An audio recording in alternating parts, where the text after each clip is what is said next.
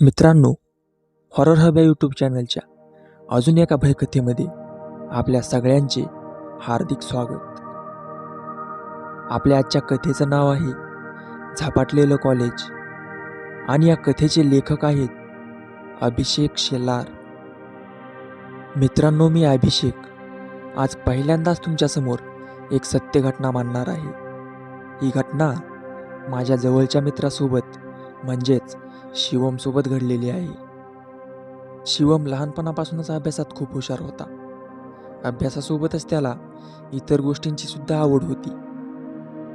कॉलेजच्या प्रत्येक इव्हेंट किंवा कॉम्पिटिशन्समध्ये तो आवडीने सहभाग घेत असे.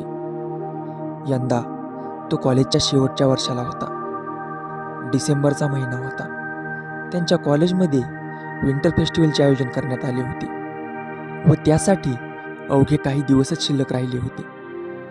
त्या फेस्टिवलसाठीची जी काही तयारी होती ती दरवर्षीप्रमाणे कॉलेजचे विद्यार्थीच करणार होते आणि त्याचकरिता फाईन आर्ट्स कमिटीची आज बैठक होती. त्या बैठकीत कमिटीचे मेंबर्स तसेच काही शिक्षक देखील हजर होते. कमिटीमध्ये एकूण 170 विद्यार्थी होते. तर ठरल्याप्रमाणे त्यांची मीटिंग पार पडली आणि त्यात शिक्षकांनी विद्यार्थ्यांचे 4 वेगवेगळे ग्रुप तयार केले. प्रत्येक ग्रुपला वेगवेगळ्या प्रोजेक्ट्सवर काम करायचे होते. एका ग्रुपमध्ये अंदाजे 40 ते 45 विद्यार्थी होते. शिवमने यापूर्वीही कॉलेजच्या अशा अनेक प्रोजेक्ट्सवर उत्तम कामगिरी केली असल्याने शिक्षकांनी त्यालाच त्याच्या ग्रुपच्या मॉनिटर पदाची जबाबदारी दिली. त्याच्या ग्रुपमध्ये 30 ते 32 मुले तर 7 ते 8 मुली होत्या. शिवमच्या ग्रुपला कॉलेजची बिल्डिंग आणि त्याच्या आसपासच्या परिसरात फेस्टिवलसाठीचे जे काही फ्लेक्स व बॅनर असतात ते लावण्याची जबाबदारी दिली होती. त्याचे कॉलेज एकूण 5 फ्लोअर्सचे होते आणि कॉलेजच्या आसपासचा आवार देखील खूप मोठा होता. त्यामुळे खूप कमी दिवसात त्यांना जास्त काम करायचे होते.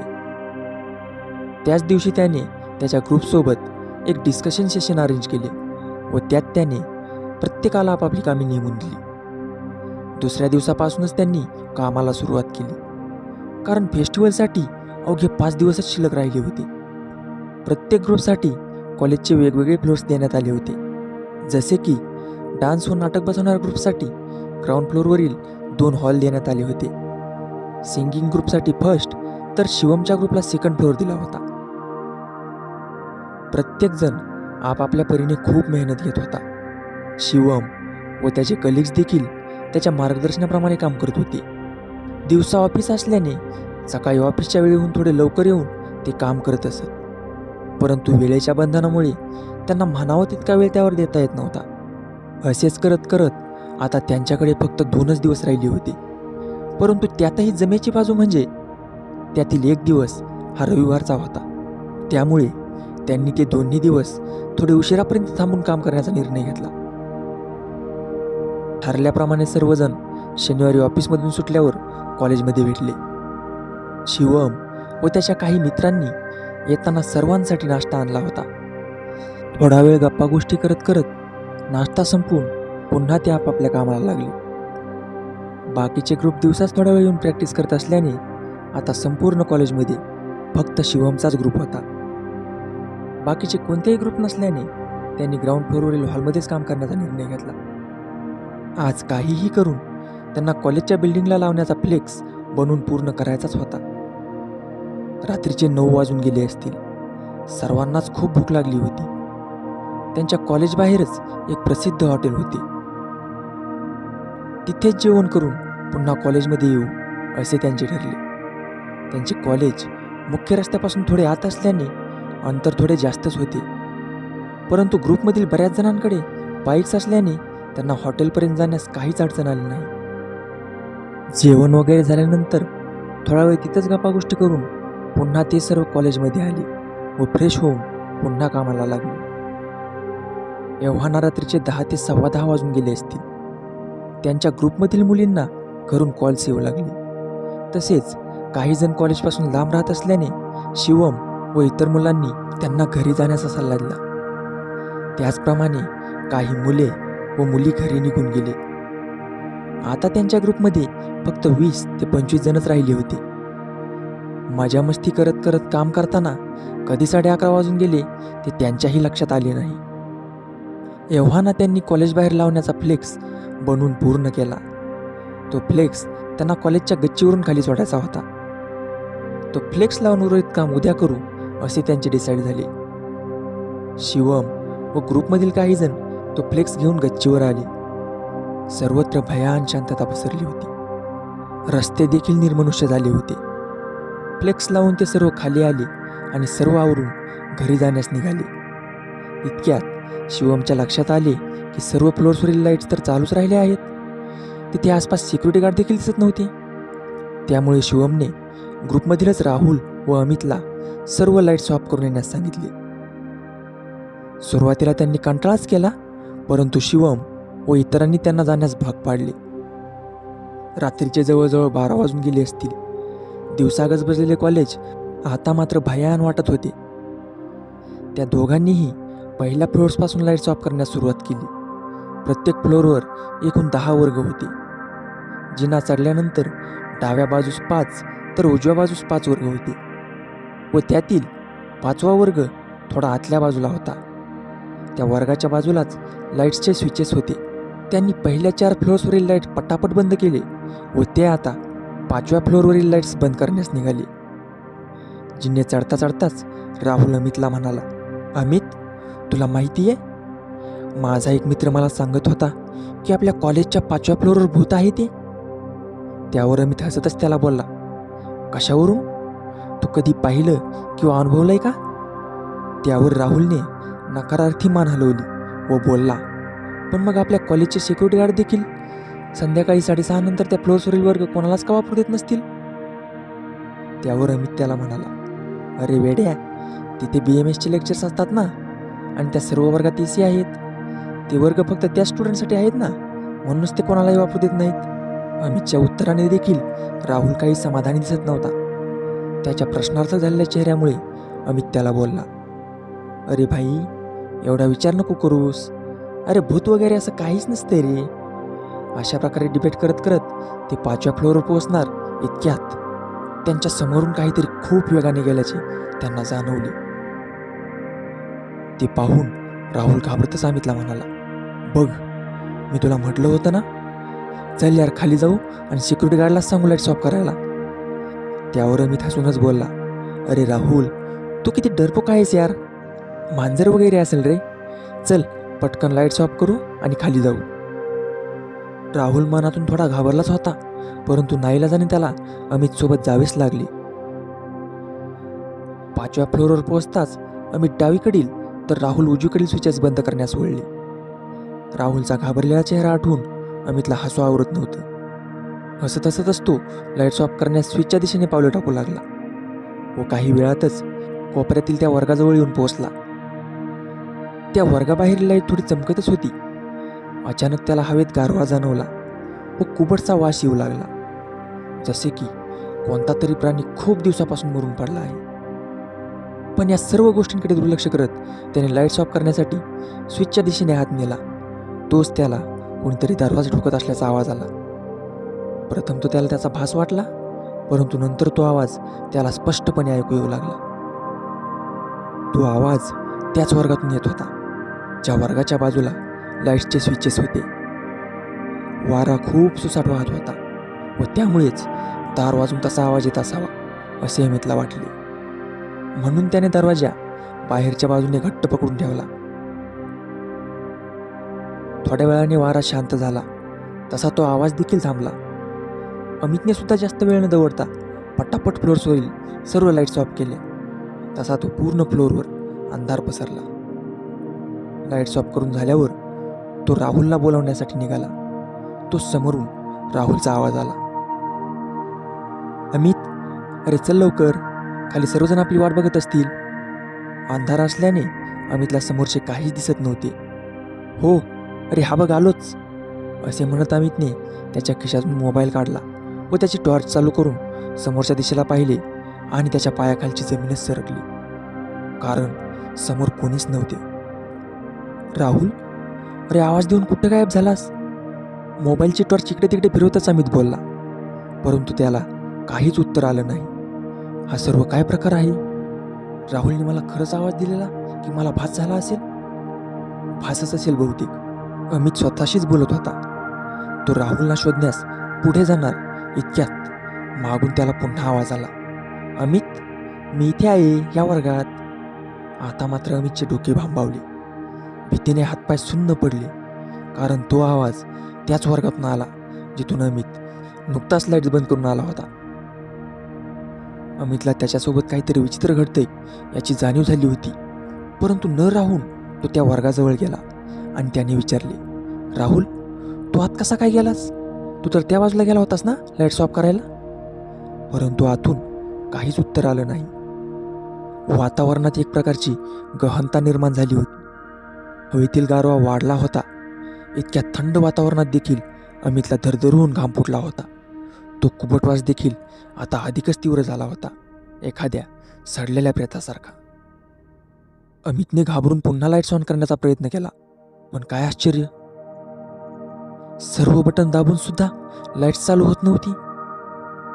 इतक्यात पुन्हा त्या वर्गातून कोणीतरी दार ठोकू लागलं. त्यावेळी ते दार आतून जोरात खेचले जात होते.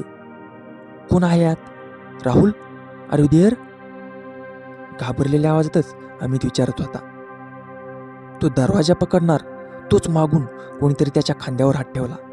अमितने घाबरतच मागे वळून पाहिले आणि तो हादरलाच. मागे दुसरे तिसरे कोणी नसून राहुल उभा होता. अमित, काय झालं? तू बरा आहेस ना? इतका घाबरलेला का दिसतोयस? आणि एवढा घाम कसा काय आलाय तुला? राहुल विचारू लागला.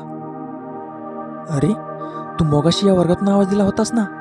घाबरलेल्या आवाजातच अमितने विचारले. वेडा आहेस की काय तू अमित? तुझ्या समोर तर मी लाईट्स ऑफ करायला गेलो होतो ना. मी कसा काय असेन, आणि ते सुद्धा या बंद वर्गात? राहुल प्रश्नार्थक नजरेने बोलत होता. मग तू इतका वेळ कुठे गेला होतास? न राहूनच अमितने विचारले. अरे, मला घरून कॉल आला होता रे, आणि ते नेटवर्क भेटत नाही म्हणून मी गच्चीवर गेलो होतो. राहुल सहजच बोलत होता. राहुलचे हे उत्तर ऐकून अमितच्या छातीत चर्र झालं. जर तू गच्चीवर होतास तर मग मगाशी मला अंधारातून आवाज कोण दिला होता, आणि या वर्गातून पण? ओ माय गॉड, राहुल, तू बरोबर बोलत होतास. या फ्लोअरवर कोणती तरी वाईट शक्ती आहे. चल यार, आपल्याला पटकन इथून निघायला हवं, अमित राहुलला समजावत होता. अमितचे बोलणे ऐकून राहुलला कळून चुकले त्याच्यासोबत काय घडलं आहे. आता दोघेही मनातून पूर्णतः हादरले होते. क्षणाचाही विलंब न करता ते तिथून निघणार इतक्यात त्या वर्गाच्या दारावर पुन्हा आतून कोणीतरी जोरात थाप मारली आणि कानठाळ्या बसतील इतक्या जोरात कर्ण कर्कश किंकाळी ऐकू आली. राहुल, डोंट स्टॉप, चल लवकर इथून. राहुलचा हात खेचतच अमित त्याला म्हणाला. अंगातील सारे बळे कोठून ते दोघेही पळू लागले. राहुलच्या मोबाईलची टॉर्च पाहून अमितच्या लक्षात आलं की त्याचा मोबाईल तो त्या वर्गाजवळ विसरला आहे. पण आता मागे जाण्याची हिंमत कोण करेल? ते दोघेही भरभर जिने उतरत होते, परंतु त्यांनी पहिल्या फ्लोअर्सपासून लाईट्स बंद केल्या होत्या, त्यामुळे खालच्या सर्व फ्लोअर्सवर अंधार होता.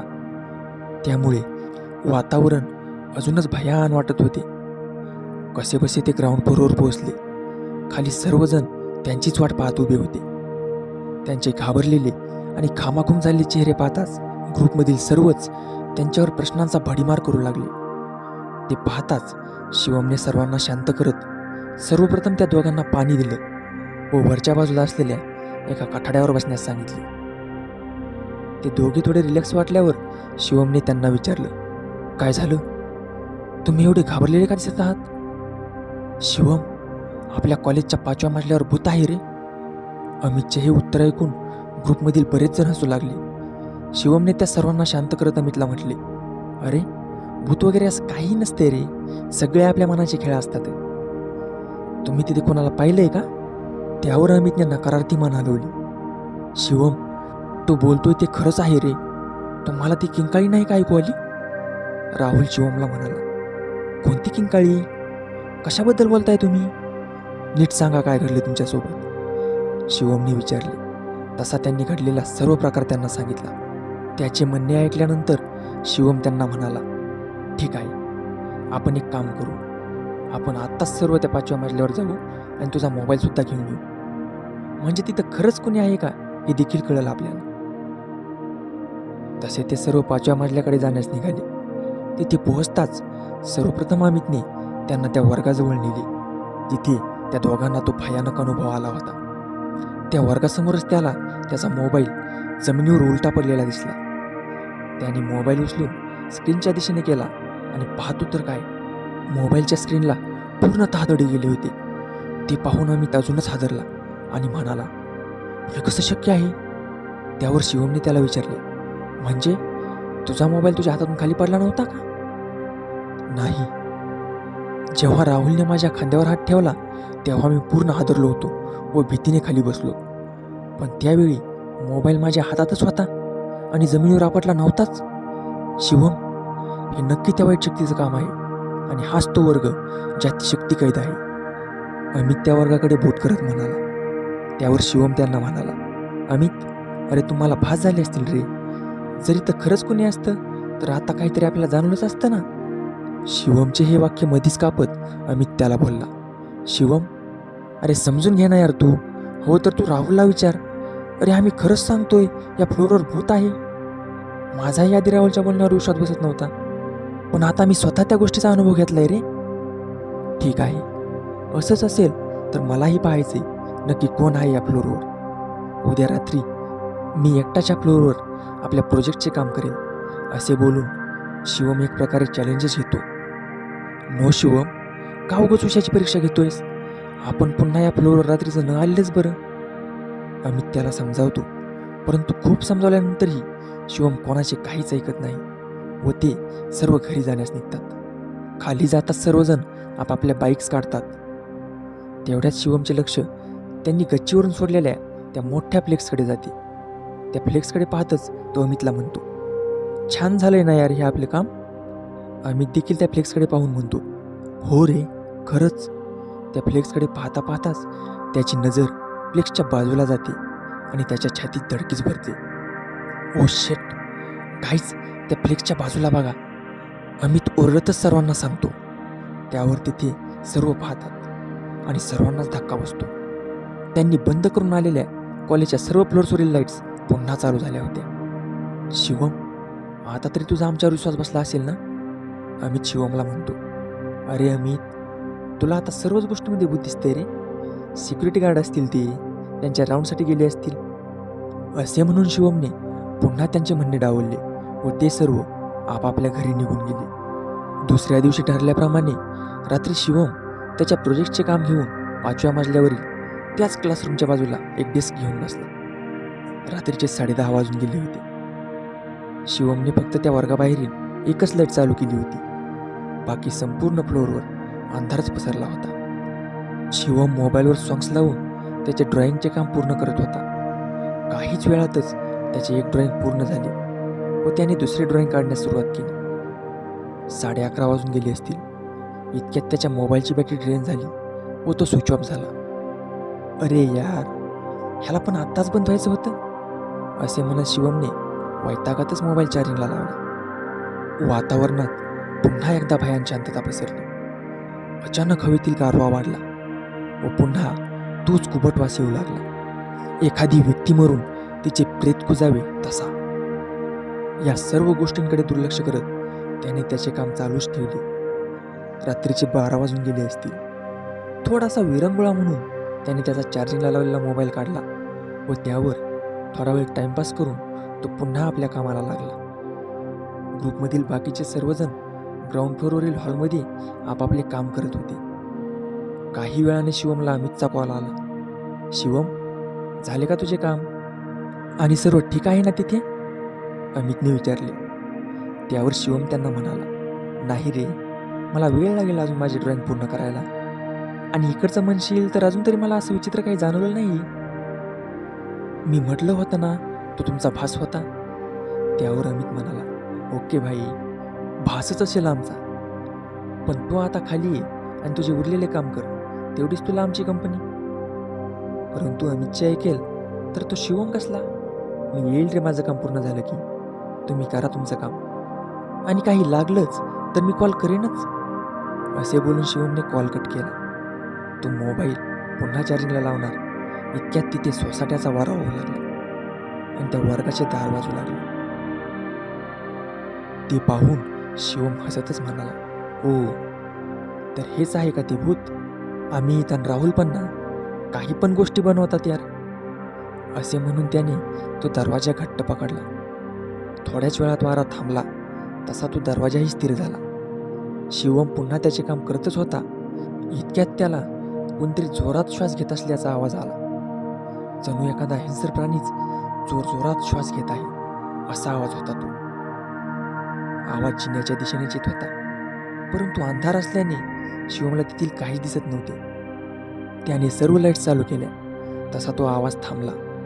एखादा प्राणीच असेल असा विचार करून तो पुन्हा त्याच्या कामाला लागला. एव्हाना रात्रीचे 12:30 वाजून गेले होते. शिवमचे ड्रॉइंग जवळजवळ पूर्णच होत आले होते. इतक्यात त्याच्या डोक्यावरील लाईट चमकू लागली व थोड्याच वेळात बंद झाली. त्याने बाकीच्या लाईट्स चालू करण्याचा प्रयत्न केला, पण काय आश्चर्य, त्यातील एकही लाईट आता चालू होत नव्हती. आता मात्र पूर्ण फ्लोअरवर भयान अंधार पसरला होता. इतक्यात त्या अंधारातून कोणतरी चालत असल्याचा आवाज त्याला येऊ लागला. "कोण आहे?" शिवमने विचारले, परंतु समोरून काहीच उत्तर आलं नाही.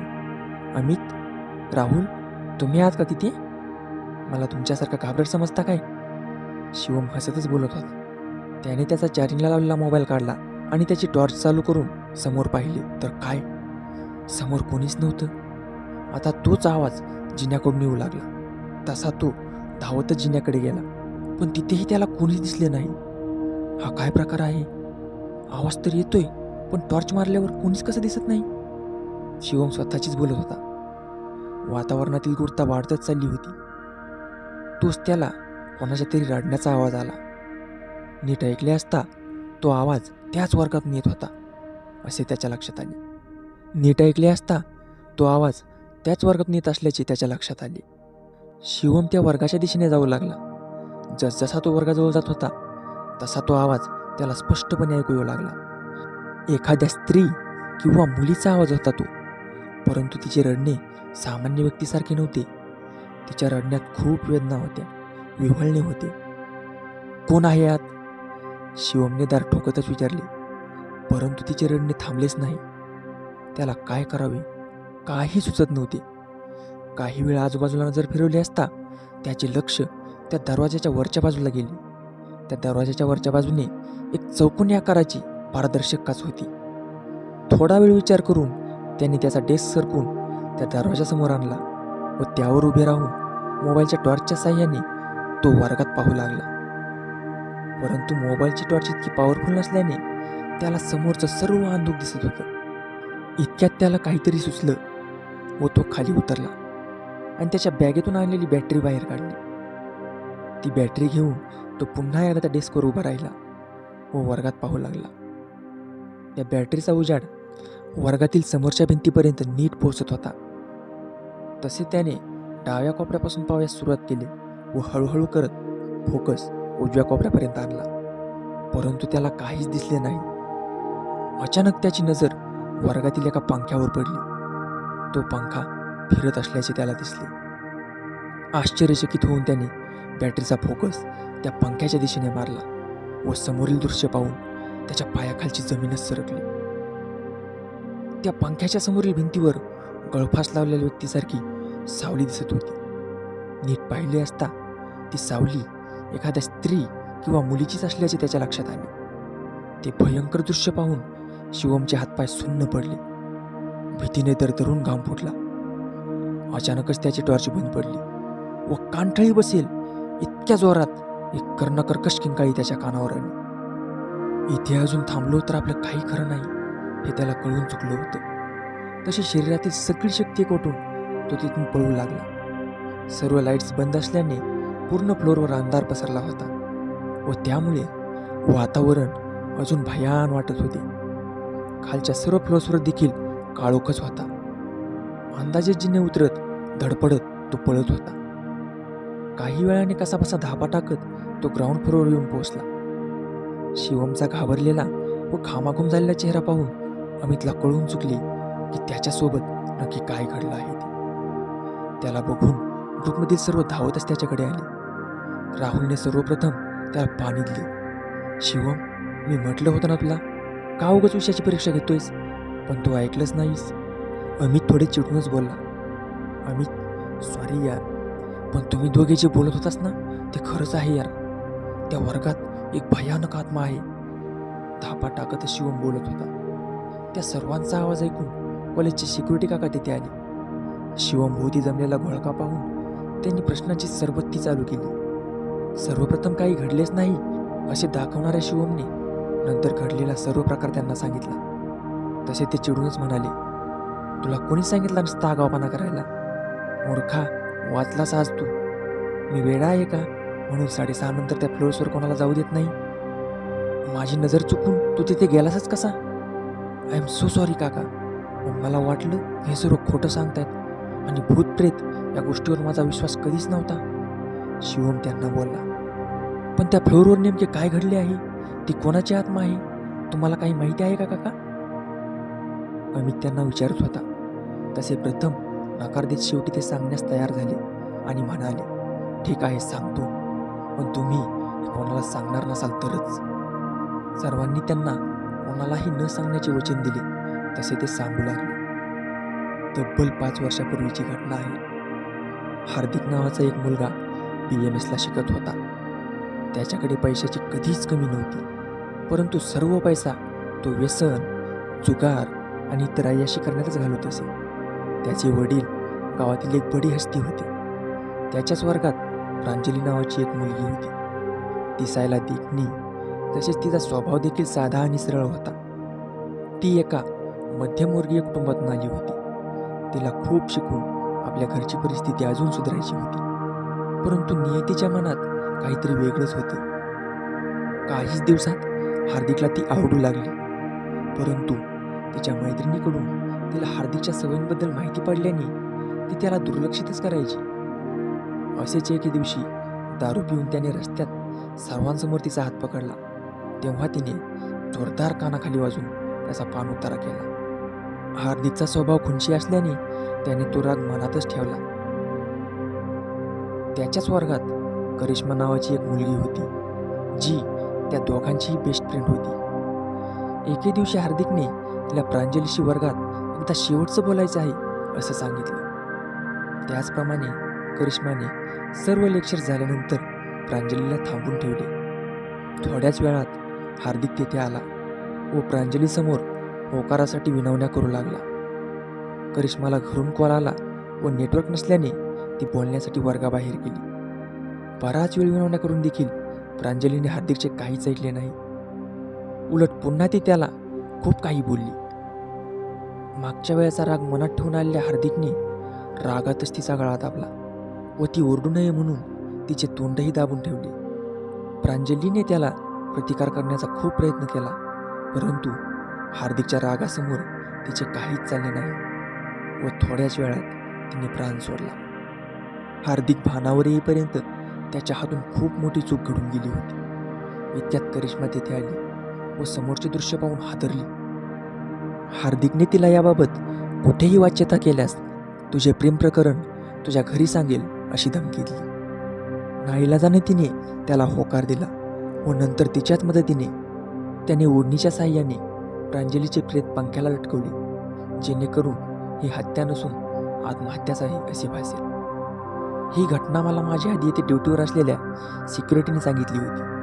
त्यालाही त्या नराधमाने कोणासमोर वाच्यता केल्यास जीवे मारण्याची धमकी दिली आणि अशा प्रकारे त्या संध्याकाळपासून दुसऱ्या दिवशी सकाळपर्यंत तिचे प्रेत तसेच त्या वर्गात लटकत होते.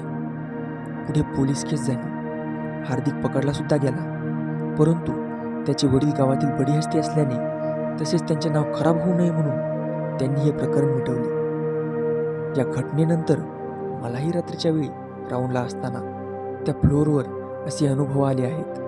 त्यामुळेच लेक्चर संपल्यानंतर मी लगेच त्या फ्लोअरवरील सर्व वर्ग बंद करतो व कोणालाही ते वर्ग वापरू देत नाही. शिवम, तू नक्कीच आज कोणत्या तरी दैवी शक्तीमुळे वाचला आहेस. इतक्यात शिवमला आठवली की काल तो मारुतीच्या मंदिरात गेला होता व तेथील पुजाऱ्याने त्याच्या हातात एक पवित्र धागा बांधला होता. त्याने मनोमन हनुमंताचे आभार मानले व हे सर्वजण काकांचा निरोप घेऊन घरी जाण्यास निघाले. दुसऱ्या दिवशी त्यांचा फेस्टिवल पार पडला, परंतु या घटनेनंतर कोणीही त्या फ्लोअरवर रात्रीचे जाण्याचे धाडस केले नाही. असे म्हणतात की आजही त्या फ्लोअरवर तिचे अस्तित्व जाणवते. मित्रांनो, कथा कशी वाटली कमेंट करून नक्की सांगा. व्हिडिओ आवडल्यास व्हिडिओला लाईक करा व अशाच अजून भयकथा ऐकण्यासाठी आपल्या चॅनलला सबस्क्राईब करायला विसरू नका. तर मग भेटूया अशाच एका भयकथेमध्ये. तोपर्यंत राम राम.